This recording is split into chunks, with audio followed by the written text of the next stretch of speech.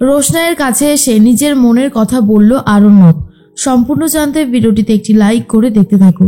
গল্পের শুরুতেই দেখা যায় রোশনাই মনে মনে ভাবতে থাকে, স্যারজি এই যে আচারি মাটন খাওয়ার কথা বলেছিল আমাকে, এটা আমি কাউকে বলবো না। তাহলে স্যারজিকে আবারও সবাই মিলে কথা শোনাতে ছাড়বে না। সবাই মিলে কথা শোনালে স্যারজির খারাপ লাগবে, আর জন্মদিনের দিন কিছুতেই স্যারজির মন খারাপ করানো যাবে না। এর মধ্যেই চলে এসেছে মাধবীলতা আর বলে, আসতে পারি? তখনই ঠাম্মি বলে, আরে মাধবী, তোমার জন্যই তো অপেক্ষা করছিলাম, এত দেরি করলে কেন? এসো এসো, আমাদের বাড়িতে তুমি এসেছো, আমি যে কি খুশি হয়েছি। মাধবী তখন বলে, আসলে একটু দেরি হয়ে গেল, একটা দিনে তো ছুটি পাই, এরপর সব গুছিয়ে আসতে সময় তো একটু লাগবেই। এর মধ্যেই আরণ্যক তখন বলে, যাক তুমি যে এসেছো এটাই অনেক ভালো কথা।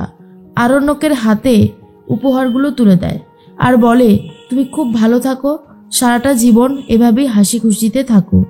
মাধবীলতা বলে, ও জেঠু, আপনাদের পাড়ায় যে ছেলেটা থাকে ভেনো, ও এই প্যাকেটটা দিয়ে পাঠিয়েছে। আর এটা শোনার পরেই দাদু তখন বলে, ভেনো?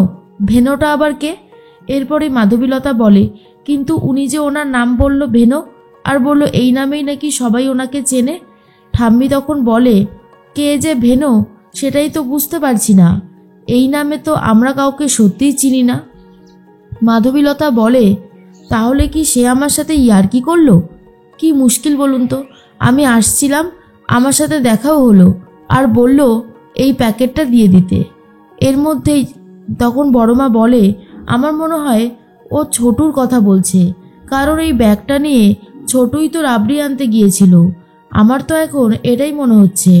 আর ঠিক তখনই দাদু বলে, হ্যাঁ হতেই পারে, না হবার তো কিছুই নেই, কিন্তু তুমি আমার ছোট ছেলেকে চেনো না তাই না?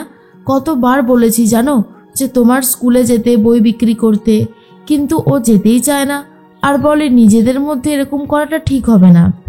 ওরকম ছেলে না লাখে একটা পাওয়া যায়, খুবই মন ভালো, কিন্তু ও যে এরকম করছে কেন বুঝতে পারছি না। তোমার সাথে যে একটু আলাপ করিয়ে দেব সেটাও হচ্ছে না। বড়মা তখন বলে, বাবা চিন্তা করবেন না, ছোটু তো খেতে আসবেই, সেই সময় মাধবীলতার সাথে ওর আলাপটা করিয়ে দেবেন। এর মধ্যেই বাবলু তখন বলে, আচ্ছা মাধবী, তোমাকে তো আমি কার্ড পাঠিয়েছিলাম ছোটুর মাধ্যমে, তা তোমার কাছে কার্ড কে নিয়ে গেল? এর মধ্যেই ছোটুর কথাই ভাবছিল মাধবীলতা, আর ভাবে, ওই তো মোটা মতন লোকটা আমার কাছে কার্ডটা নিয়ে গেছিল। তখন বাবলু বলে, মোটা মতন মানেই তো ওটা আমার ছোট ভাই, দাঁড়াও তোমাকে দেখানোর ব্যবস্থা করছি। এরপর জাহ্নবী বুঝতে পারে কিছু একটা গন্ডগোল আছে, তাই জাহ্নবী বলে, দেখুন তো, এই যে যে ছবিটা আপনি দেখতে পাচ্ছেন, এই লোকটাকে আপনি চেনেন? এই তো হলো আমাদের ছোটু। আর তখনই চিনে ফেলেছে মাধবীলতা। এরপর পুরো হিসাবটা বুঝতে পারে। আর তখন আরণ্যক বলে, আপনি চিনতে পারছেন? কিন্তু মাধবীলতা বলে, হ্যাঁ খুব ভালো মতনই চিনতে পারছি, যাক এই ব্যাপারটা নিয়ে আমি পরেই কথা বলবো। এর মধ্যেই রোশনাই রান্নাঘরে দাঁড়িয়েছিল, ঠিক তখনই চলে এসেছে বড়মা।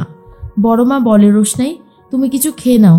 রোশনাই তখন বলে, না বড়মা, আমার আর খেতে ইচ্ছে করছে না। আসলে রোশনাই ভাবে, যার জন্য আচারি মাটনটা রান্না করলাম সেই তো খেতে পারল না, আমি আর খাবো না আজকে। বড়মা বুঝতে পারে রোশনাই কেন খাচ্ছে না। বড়মা তখন বলে, জানো তো রোশনাই, ওই আচারি মাটনটা নিয়ে আরও যদি বেশি ঝামেলা হতো তাহলে সবাই তোমাকেই কথা শোনাতো, তাই আর বাদশা সেভাবে কিছু বলতে পারিনি, তুমি কিন্তু এটাকে নিয়ে ভেবো না। রোশনাই তখন বলে, না না, আমি এসব নিয়ে ভাবছি না, আর স্যারজি তো ঠিকই করেছে, ঝামেলা বাড়লে তো বেড়েই যেত, আমি তো বলবো ঠিকই আছে, বড়মা তুমি আমাকে নিয়ে ভেবো না। বড়মা তখন বলে, তোমাকে নিয়ে ভাববো না রোশনাই, সেটা কি হতে পারে বলো? তোমার মা নেই, বাবা নেই, তোমার জন্য আমার খুব কষ্ট হয় জানো, মনে হয় তোমাকে যদি নিজের কাছে ধরে রাখতে পারতাম তাহলে খুব ভালো হতো, কিন্তু আমরা তো চাইলেও সেটা করতে পারবো না। রোশনাই তখন বলে, আমাকে তো বেনারসে ফিরতেই হতো, পরীক্ষাটা তো দিতে যেতে হবেই, তাই না বড়মা? বড়মা বলে, শোনো তোমাকে আমি একটা কথা বলি, তুমি আমাকে একটা কথা দেবে রোশনাই? রোশনাই তখন বলে, হ্যাঁ দেবো না কেন, বলো না কি বলবে। বড়মা তখন বলে, তুমি আমাকে বলো যে তোমার যদি বেনারসে কোনো অসুবিধা হয়, তুমি যদি বাদশাকেও বলতে না পারো, তুমি অন্তত আমাকে বলো, কি বলবে তো? রোশনাই তখন বলে, হ্যাঁ নিশ্চয়ই বলবো, কেন বলবো না। তুমি চিন্তা করো না, আমার যদি সেরকম কোনো অসুবিধা হয় আমি তোমাকে নিশ্চয়ই জানাবো। বড় মা বলে, অনেকটা তৃপ্তি পেলাম। জানো তো, মনে মনে একটা কথাই ভাবছি, যে তুমি এই যে যাচ্ছ, রাজেশ ভাইয়ের কাছে তো খবর আছে। রাজেশ ভাই চাইলেই আরও বড়সড় ঝামেলা করতে পারে। তুমি ওর কাছ থেকে একটু সাবধানে থেকো। এর মধ্যেই রোশনাই তো ঘরে চলে গেছে। তখনই চলে গেছে আরণ্যক আর বলে, রোশনাই, আমি তোমার জন্য সমস্ত সিকিউরিটি একেবারে তৈরি করে ফেলেছি। তুমি যাবে আর ঠিকঠাকভাবে পরীক্ষা দেবে। যদি কখনো কোনো অসুবিধা লাগে অবশ্যই পুলিশকে বলবে। পুলিশ সবসময় তোমার পাশেই থাকবে। এরপরেই রোশনাই বলে, স্যারজি এত কিছুর কোনো দরকার ছিল না। আরণ্যক বলে, দরকার ছিল রোশনাই। তুমি তো খুব ভালো মতনই জানো রাজেশ ভাইকে, তার কি ক্ষমতা আছে তুমি জানো না? তাই রাজেশ ভাইয়ের হাত থেকে তোমাকে বাঁচাতে হলে এইটুকু করার দরকার ছিল বলেই তো আমি এই দরকারটা মেটালাম। এরপরই রোশনাই বলে, আমি যাব, পরীক্ষা তো দেব, আর আমি বেনারসেই থাকতে চাই।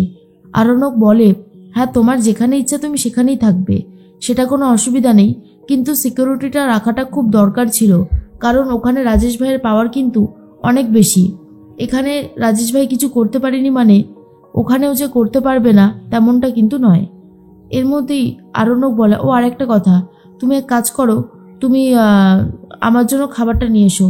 দেখো রোশনাই, সেই মুহূর্তে আচারি মাটার নিয়ে আমি কিছু প্রতিবাদ করতে পারিনি, কারণ আমি যদি কোনো প্রতিবাদ করতামও তাহলে সবার আগে তোমার কাছে সব আঘাতগুলো আসতো। তাই আমি আর সেরকমভাবে কিছু বলিনি। তুমি আমার ওপর খুব রাগ করেছো, তাই না রোশনাই? রোশনাই তখন বলে, নানা স্যারজি, আপনি তো একদম ঠিক কাজই করেছেন, কারণ আপনি যদি আচারি মাটনটা সেই মুহূর্তে খেতে চাইতেন তাহলে অনেক বেশি ঝামেলা হতো আরও। এরপর আরণ্যক বলে, তুমি চলে যাবে আর তোমাকে আমি কিছু খাওয়াবো না সেটা তো হতে পারে না। যাও গিয়ে দুটো প্লেট নিয়ে এসো আর খাবারগুলো নিয়ে এসো, আজ আমরা দুজন মিলে একসাথে বসে খাবার খাবো। তখনই রোশনাই বলে, স্যারজি আমি আপনার জন্য খাবারটা নিয়ে আসছি, আমি খাবো না। আরণ্যক বলে, কেন তুমি খাবে না কেন? আমি খুব ভালো মতনই জানি তুমি কিছুই খাওনি।